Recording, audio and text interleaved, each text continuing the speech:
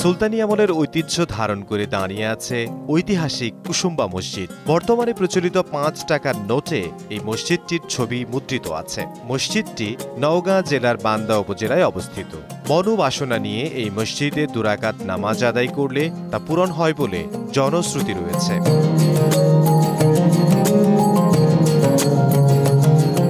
১২০৪ খ্রিস্টাব্দে ইখতিয়ারউদ্দিন মোহাম্মদ বিন বখতিয়ার খিলজির বিজয়ের ফলে বাংলায় ইসলাম ব্যাপকভাবে পরিচিত ও প্রসারিত হয়। বাংলায় আফগানদের শাসন আমলে সুর বংশের শেষ দিকের শাসক গিয়াসউদ্দিন বাহাদুর শাহর রাজত্বকালে সুলাইমান নামের এক ব্যক্তি ১৫৫৮ সালের দিকে মসজিদটি নির্মাণ করেন। এরপর এটি এ অঞ্চলের ইসলাম প্রচার প্রসারে হয়ে ওঠে অন্যতম কেন্দ্র। সম্পূর্ণ পাথর দিয়ে তৈরি এই মসজিদ আজও ইসলামের এক অনন্য নিদর্শন। বর্তমানে মসজিদটি প্রত্নতত্ত্ব অধিদপ্তর দেখভাল করছে।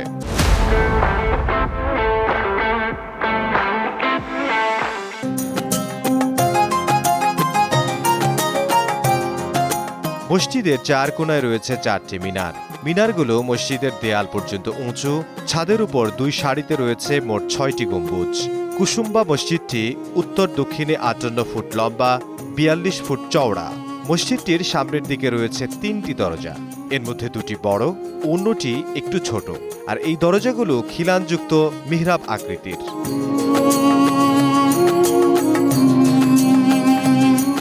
মসজিদটির দেয়াল ৬ ফুট পুরু।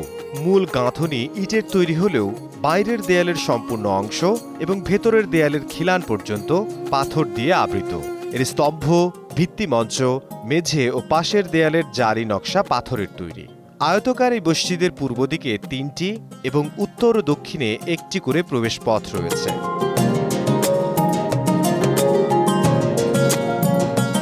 মসজিদের মিহরাবগুলো খোদাই করা পাথরের নকশা দিয়ে ব্যাপকভাবে অলঙ্কৃত। কারুকার্য খচিত পাথরের তৈরি স্তম্ভের উপরে স্থাপিত এই খিলানগুলোর শীর্ষে রয়েছে কলস মোটিফের অলঙ্করণ। স্তম্ভগুলোর গায়ে রয়েছে ঝুলন্ত শিকল ঘণ্টার নকশা। মিহরাবের ফ্রেমে রয়েছে প্রায় সর্পিল আকারের খোদিত আঙুর গুচ্ছ ও লতার নকশা। এছাড়া রয়েছে প্রায় বিন্দুর আকার ধারণকারী কলস, বৃক্ষলতা ও গোলাপ নকশা। প্ল্যাটফর্মের প্রান্তেও রয়েছে আঙুর লতার অলঙ্করণ। মসজিদ সংলগ্ন উত্তর দক্ষিণ দিকে রয়েছে ৭৭ বিঘার একটি বিশাল দিঘি। গ্রামবাসী ও মুসল্লিদের খাবার পানি, গোসল ও অজুর প্রয়োজন মেটানোর জন্য দিঘিটি খনন করা হয়েছিল। কুসুম্বা মসজিদের অদূরে জমির মাঝ বরাবর একটি সুলতানি আমলের পিলার রয়েছে। স্থানীয়দের ধারণা, পাথরের তৈরি এই পিলার মসজিদের সীমানা চিহ্নিত করার জন্য সে সময় তৈরি করা হয়।